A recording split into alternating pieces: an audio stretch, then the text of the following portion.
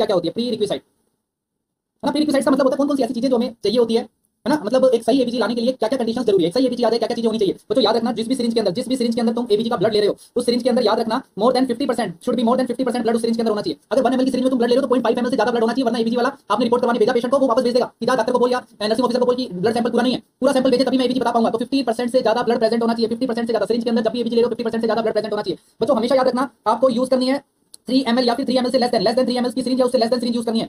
ये दूसरा क्वेश्चन, दूसरा पॉइंट आपको याद रखना है। 3 ml या 3 ml से कम ml की सिरिंज यूज करी जाएगी, 3 ml से बड़ी सिरिंज कभी भी एबीजी निकालने के लिए यूज नहीं करी जाती बच्चों, याद रखना कभी भी नहीं यूज करी जाती।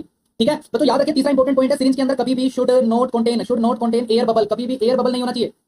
जब भी तुम एबीजी का सैंपल लोगे उसके अंदर कभी भी एयर बबल नहीं होना चाहिए। अगर एबीजी के सैंपल में एयर बबल आ जाएगा तो तुम्हारी एबीजी गलत आ जाएगी, तुम्हारी एबीजी का रिजल्ट गलत आएगा। अब जी मैं बताता हूं तुम्हें, अगर एयर बबल आ गया, अगर एबीजी के सैंपल में एयर बबल आ गया तो तुम्हारा PO2 का लेवल बढ़ जाएगा रिजल्ट के अंदर, और तुम्हारा CO2 का लेवल जो होता है, जो तुम्हारा PCO2 का लेवल होगा वो कम हो जाएगा। तो ये इंटरप्रिटेशन गलत आ जाएगा तुम्हारा, जो ओरिजिनल रिजल्ट चाहिए वो ओरिजिनल रिजल्ट नहीं आएगा, उसके अलावा दूसरा रिजल्ट आ जाएगा।